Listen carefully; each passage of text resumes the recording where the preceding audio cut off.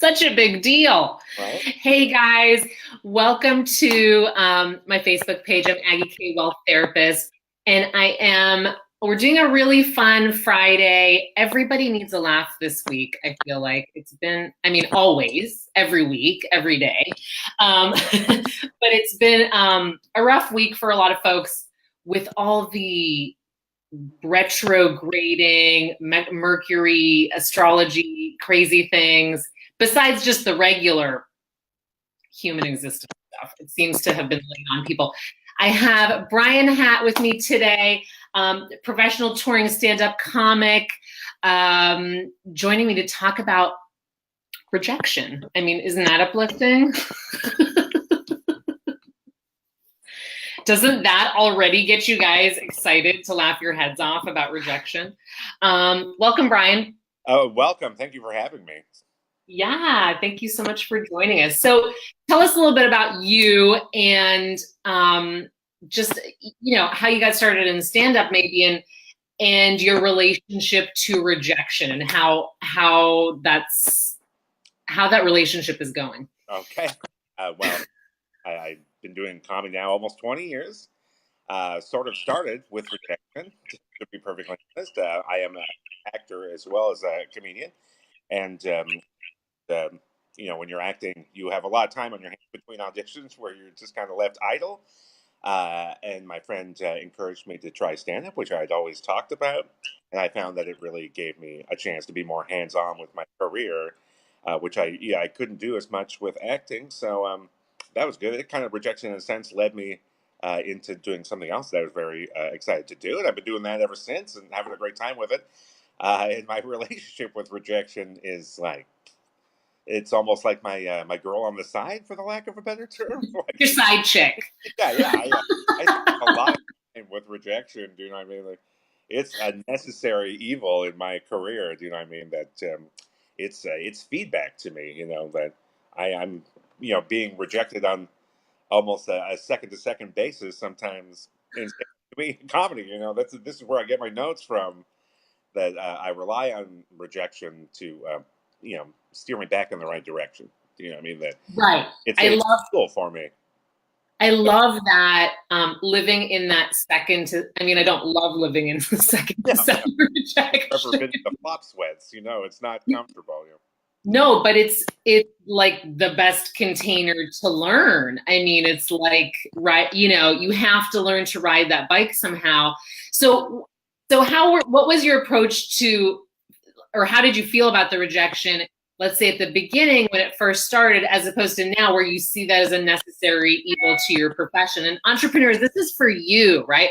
Actors, entrepreneurs, service providers, people who are stuck with not being able to get visible, who are scared to get visible, who are scared to talk, and be seen, right? This is for you, from a totally different industry, to apply this to you because it applies everywhere in life. Absolutely, yeah.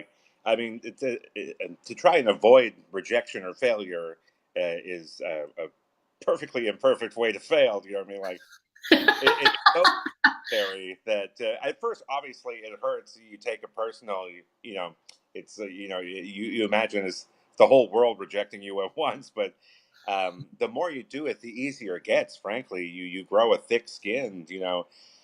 Where it just sort of bounces off you like you're wearing a bulletproof vest, and that's when you become comfortable in the silences. Especially in stand up. And let that inform the work. Because again, like it's like failures are like directions on the road of life, telling you when you made a wrong turn, that you need to listen to these things and learn from these things, because the absolute truth is you will never escape rejection and you will never escape failure. So you might as well Yes. and turn it around and make it work for you. Like I literally do it in that when my joke is rejected on stage, I know I have to take it back and fix it, or possibly just throw it right out and get on to the next thing. Get back up and work on the next joke and the next set, the next 7 minutes. It's the best critic I have in my life. It's the most honest critic I have in my life. Yeah.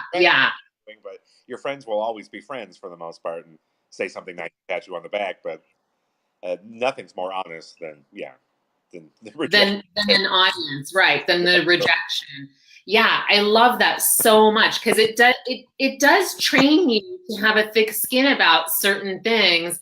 And and the stuff that hits personally is personal growth for you and kind of a decision about what kind of person you're going to be, or if you're cut out for this, or if this is just Yeah, too ouchy for you. exactly. Like you have to be able to like when people often appear confident, it's only because they failed so many times that they know how to avoid little landmines and how to stop making the same mistakes, and so they make it look easy, but in reality you can't see all the times that they fell flat in their face, and You can't that's see. what the rejection gives you. So true. Hmm. That is really invisible to people, especially online.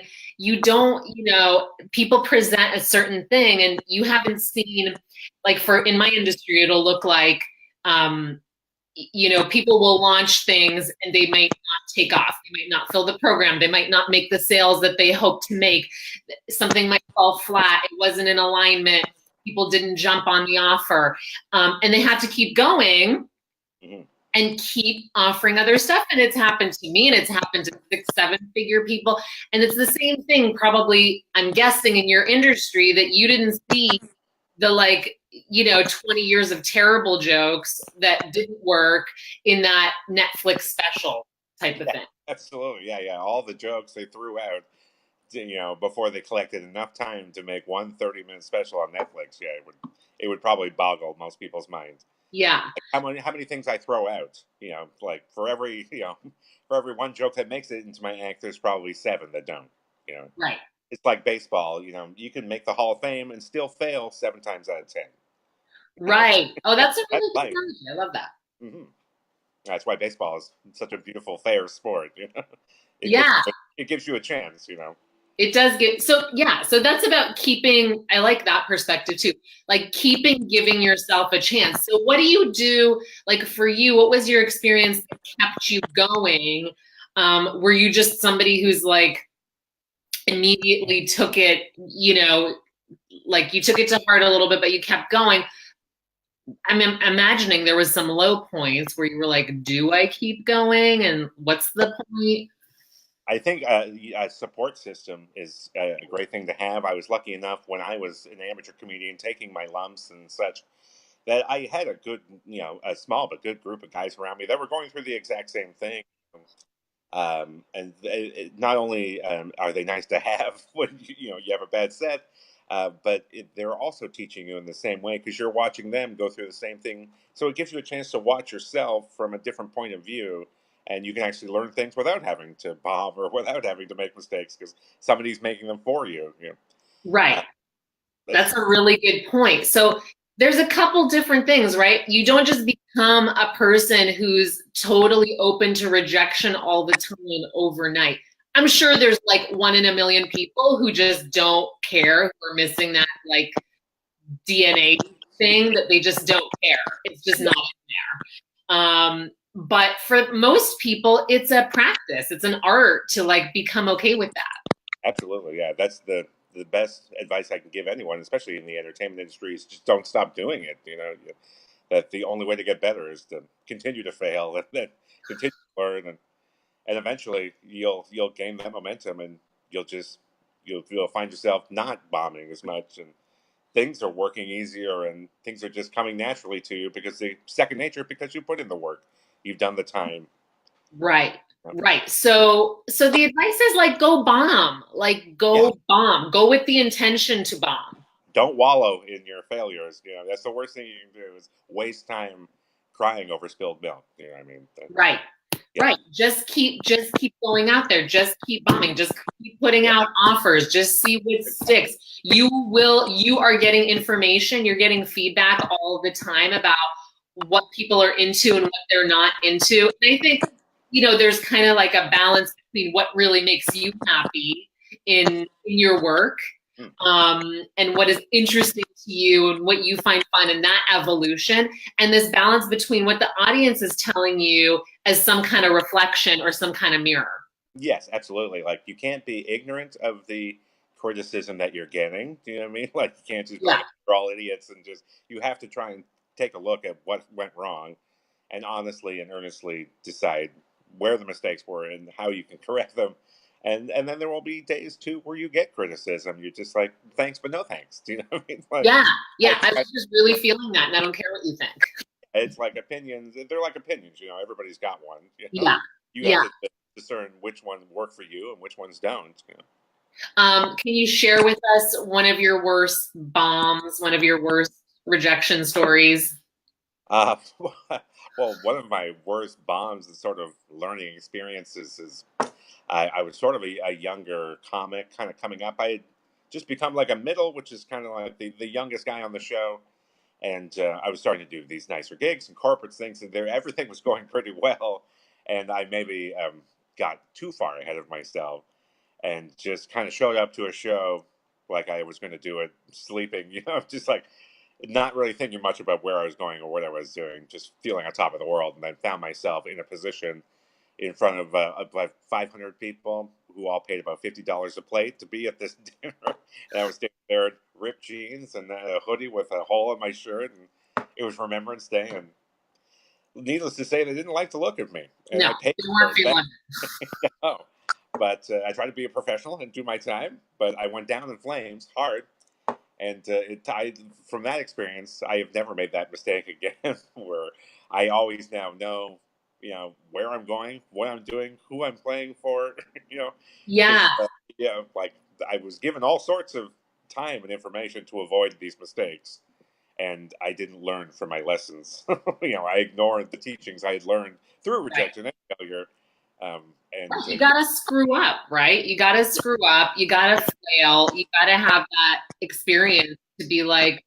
I also think it's kind of like a great example of taking yourself seriously as a business, even if you're a comic, even if you're doing a side business, even if like whatever it is, got to feel like a take job. take that it's your job. Yeah, exactly. Especially, it can be difficult for people in the entertainment business too, because there is a certain excitement to it. It's very fantastic sort of thing to do. And so they can, treat it like a party. When in reality, if this is what you want to do for a living, then you have to make it your job, your career. Job. Get up in the morning, Awesome. work. Yeah. I love that story. Thank you so much. I mean, I've had my share of them too. Flop launches or people not showing up for live streams, people not buying in the like droves that I would have liked. And it's really not, you can't take it as a sign that you shouldn't be doing it. It's part of what it is. It's part of the business, like. It's like putting your hand on the stove, right? You only have to do it once to realize you never want to do it again. Right. Right. If it's not for you, it's not for you. But just because you didn't have massive success the first, couple of times doesn't mean it's not something you should be doing if it's your passion in your heart. Awesome. Any other tips, thoughts, feelings about what people could do, what people could take away if you were to talk to your younger self about rejection and how long things might take to get rolling? What would you say? Like, just start right away. Like, I always go back to Malcolm Gladwell's point about you need 10,000 hours to master anything, no matter what it is you're doing in this world. And then again, like, it took me too long to realize that I needed to treat it as a job, that I was just going out there and having fun and stuff, which was great. It was giving me some success, but I could have accelerated that success, certainly, if I had just done the work earlier. Like, don't wait around. There is no substitute for just practice. There's anybody asks what's the fastest way to get in stand up, I was like, just stage time. There's no other better way. You just have to do until you bang out all the dents. I think that's where the 10,000 hours rule makes so much sense. There are no shortcuts. Yeah. And spend your whole time looking for one, you're just going to end up doing circles and getting nowhere. Totally. And wasting like valuable time. So just get out there, like share the thing, get on camera, get visible, own the like just be like, this is gonna bomb 100 times before I get it right, and that's totally okay. And someone will still laugh, and someone will still learn something from you, and someone will still appreciate. You'll see. You can't show up 100 times, 10,000 hours for something, and something not happen. it's like virtually impossible to not have momentum after that much energy put into something. Absolutely. And a lesson my friend taught me through somebody else he was learning from, but don't be concerned with perfection. People are afraid to let things go, do you know what I mean? Because they're not perfect. The expression he learned is good enough, you know what I mean? Right. Because you got to keep going to learn, do you know what I mean? You can't stay focused on one thing the whole time, just sweating over it and just waiting and thinking that it, put it in your act. If you're going to do that, then put it in your act. Do something productive with sweating over it. Yeah, but keep producing is more than producing one perfect thing. It's just keep getting it out there. Keep getting out there. Awesome. Bryan, how can people find you, follow you, come hear your jokes? Twitter at Bryan Hatt. I have my Facebook page, my Facebook fan page. I'm on the Yuck Yucks website. Wherever you need to go, just type in Bryan Hatt. Someone will get back to you. Awesome. One of your minions. Yes. all my handlers. All those people that you can see right now. Thank you so much for joining us. This was really fun. I appreciate it, guys. Check out Bryan. He tours with Yuck Yucks, professional stand-up comic. Use this information today. Make a commitment today. Post it in the thread. What are you going to bomb on no matter what? You don't care. You're going to put it out there. Make a commitment. Let us keep you accountable to it. Thanks for joining us today, guys. It's been awesome. Thank you.